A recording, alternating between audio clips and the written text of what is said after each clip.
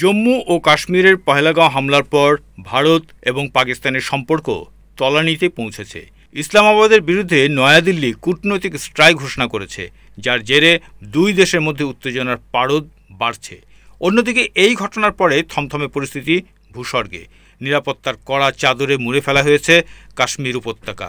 যদিও 7 দিন অতিক্রান্ত হলেও অধরা জঙ্গিরা। এই আবহে 7 বছর পরে জাতীয় নিরাপত্তা উপদেষ্টা পরিষদ পুনর্গঠন করেছে নরেন্দ্র মোদীর সরকার।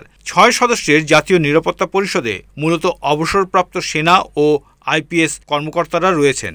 তাদের মধ্যে 3 জন সামরিক ব্যাকগ্রাউন্ডের, 2 জন আইপিএস অফিসার এবং 1 জন প্রাক্তন কূটনৈতিক রয়েছেন।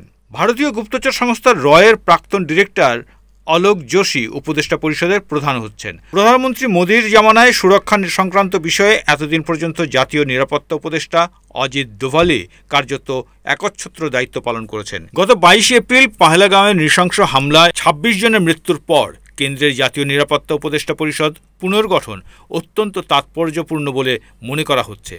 প্রসঙ্গত, জাতীয় নিরাপত্তা উপদেষ্টা অজিত দোভালের নেতৃত্বাধীন জাতীয় নিরাপত্তা পরিষদ সুরক্ষা সংক্রান্ত মূল পদক্ষেপের দায়িত্বে রয়েছে।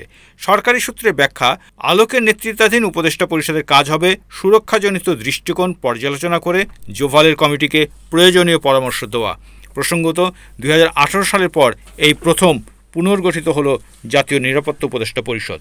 মঙ্গলবার নিজের বাসভবনে সামরিক কর্মকর্তা এবং গুরুত্বপূর্ণ আমলাদের সঙ্গে জরুরি বৈঠকে সেনাবাহিনীকে পূর্ণ স্বাধীনতা দিয়েছেন প্রধানমন্ত্রী নরেন্দ্র মোদী। এরপরেই বুধবার প্রধানমন্ত্রীর নেতৃত্বে মন্ত্রিসভার নিরাপত্তা বিষয়ক কমিটির বৈঠক হয়। এর মধ্যেই জাতীয় নিরাপত্তা উপদেষ্টা পরিষদ পুনর্গঠন করেছেন সরকার। জাতীয় নিরাপত্তা উপদেষ্টা অজিত দোভালের নেতৃত্বাধীন জাতীয় নিরাপত্তা পরিষদ সুরক্ষা সংক্রান্ত মূল পদক্ষেপের দায়িত্বে রয়েছে। 1998 সালের ডিসেম্বরে প্রথম গঠিত হয় জাতীয় নিরাপত্তা উপদেষ্টা বোর্ড।